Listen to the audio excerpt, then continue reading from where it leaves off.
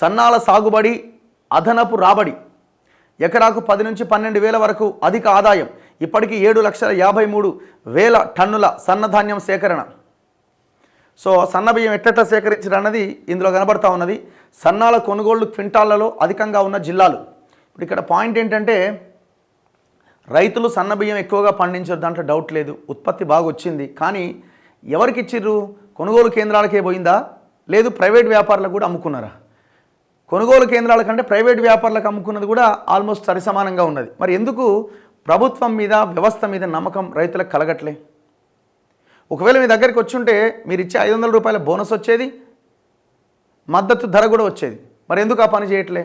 మీరు తేమ శాతం ఇంతనే ఉండాలి అంతనే ఉండాలని మీరు రకరకాల కండిషన్స్ పెడితే ఆడ ప్రైవేట్ వాడేమో ఎంత తేమ శాతం ఉన్నా కళ్ళాల నుంచి ఎత్తుకపోతుంది. అట్లా వాళ్ళు మనం వాడికి పోతే మళ్ళీ అది కొంటరో పుసుక్కున్న వర్షం వస్తే ఏంది పరిస్థితి అని ఈ వ్యవస్థ మీద నమ్మకం లేకపోవడంతో వాళ్ళు ప్రైవేట్ వాళ్ళకి అమ్మేసుకుంటున్నారు, కళ్ళాల నుంచే వాళ్ళు తీసుకుపోతున్నారు. అంత డిమాండ్ ఉంది సన్నబియ్యానికి. దయచేసి ప్రభుత్వం దీన్ని గుర్తించాలి. ఈ సన్నబియ్యం పండించే వల్ల రైతులకి మరిన్ని ప్రోత్సాహకాలు ఇవ్వాలి. 500 బోనస్ని 1000 చేసినా తప్పులేదు, రైతులకే ఇస్తున్నాం మనం. సో అప్పుడు అందరూ కూడా ఆ బియ్యం అన్నింటికి ఉపయోగించడానికి అవకాశం ఉంటుంది. సన్నాల కొనుగోలు క్వింటాళ్లలో అధికంగా ఉన్న జిల్లాలు. నిజామాబాద్లో దొడ్డు రకం 1,47,276 క్వింటాలట. సన్నాలు 2,78,399 క్వింటాలు పండించిరట. పెద్దపల్లిలో 44,086 దొడ్డు రకం, 90,342 సన్న రకం అన్ని క్వింటాలు పండించారు. ఖమ్మంలో 154 దొడ్డు రకం సన్నాలు 53,227. వనపర్తిలో 17,190 దొడ్డు రకం, 22,680 క్వింటాలు సన్నాలు. అంటే ఇది కొనుగోలు కేంద్రాలకు తెచ్చింది అనుకుంటా. మహబూబ్ నగర్లో 9,431 దొడ్డు రకం, 18,501 సన్న రకం ధాన్యం. హనుమకొండలో 17,158 క్వింటాల దొడ్డు రకం, 21,902 క్వింటాల సన్న రకం. భద్రాద్రి కొత్తగూడెంలో 84 క్వింటాల దొడ్డు రకం, 10,563 క్వింటాల సన్న రకం. ఇట్లా లెక్కలు కనిపిస్తూ ఉన్నాయి. సన్నాలను సాగు చేసిన రైతుల మోమున సంతోషం వెల్లివిరుస్తోంది. రాష్ట్ర ప్రభుత్వం ప్రతి క్వింటాకు 500 బోనస్ను ఈ వానాకాలం నుంచి అమలు చేస్తున్నది. రాష్ట్రంలో ఎకరాకు 20 నుంచి 24 క్వింటాల ధాన్యం దిగుబడి వస్తున్నది.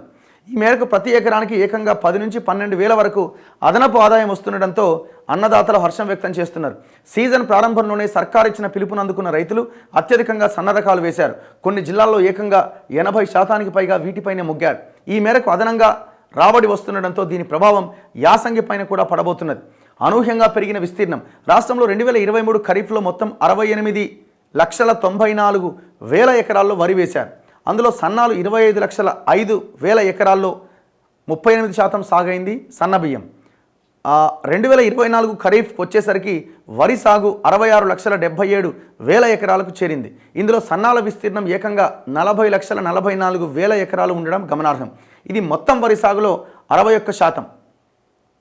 ఇగో నాకు ఎకరం భూమి ఉన్నది, మరో 8 ఎకరాలు కౌలుకు తీసుకున్నా. 7 ఎకరాల్లో సన్న రకాలు, మిగతా 2 ఎకరాల్లో దొడ్డు రకం వరి వేశా. సొంత భూమిలో వచ్చిన సన్నధాన్యం దిగుబడిని ఇంటి అవసరాలకు వాడుకుంటా. మిగతా 6 ఎకరాల్లో వచ్చిన సన్నధాన్యంలో 143 క్వింటాళ్లను విక్రయించగా 71,800 బోనస్ వచ్చింది. మ్యానంగారి నరసింహులు, తిమ్మాపూర్, మెదక్ జిల్లా. కానీ అందరూ పాపం చిన్న రైతులు చాలామంది ప్రైవేట్ వ్యాపారులకు అమ్ముకున్నారు. ఇది కూడా గుర్తించాలి ప్రభుత్వం. మొత్తం అంత అద్భుతం అని చెప్పలేం. ఇగో నాకు సొంతంగా 20 ఎకరాల వ్యవసాయ భూమి ఉన్నది, మరో 8 ఎకరాలు కౌలుకు తీసుకున్నా. గతంలో ఎప్పుడూ దొడ్డు వేసేవాళ్ళం. రాష్ట్ర ప్రభుత్వం బోనస్ ఇస్తామనడంతో మొత్తం 28 ఎకరాల్లో సన్నాలే వేశా. దిగుబడిలో నుంచి 625 క్వింటాళ్ల వడ్లను 2 రోజుల క్రితం అమ్మినా. 30 క్వింటాళ్లు ఇంట్లో అవసరాలకు దాచుకున్నా. నాకు 3,12,500 రూపాయల బోనస్ వస్తుందని చెప్పారు. ఇది రైతు బంధు రుణమాఫీ కంటే మేలుగా తోస్తోంది. ప్రవీణ్ రెడ్డి, అన్నారం, సూర్యాపేట. ఎంతమందికి 20 ఎకరాలు ఉండాలా, 8 ఎకరాలు కౌలుకు తీసుకోవాలా? ఈ రాష్ట్రంలో చిన్న సన్నకారు రైతులు ఎక్కువగా ఉన్నారు. ఒకరిద్దరు 20 ఎకరాల పైన ఉన్న వాళ్ళు కొంతమంది ఉండొచ్చేమో. సొంత అవసరాలకు కొంత ధాన్యం దాచుకొని 192 క్వింటాల ధాన్యాన్ని 2 విడతల్లో విక్రయించిన. మొదటి విడత సంబంధించి 92,800 నా ఖాతాలో జమైనాయి. బోనస్ డబ్బులు జమ కావాల్సి ఉన్నది. యాసంగిలో 7 ఎకరాల్లో సన్నాలు, 4 ఎకరాల్లో దొడ్డు రకం వరి సాగు చేస్తా. ఎరువులు, విత్తనాలు కూడా ప్రభుత్వం రాయితీ ఇస్తే బాగుంటుంది. ఏర్పుల శ్రీనివాస్ యాదవ్, శ్రీనివాసపురం, వనపర్తి జిల్లా.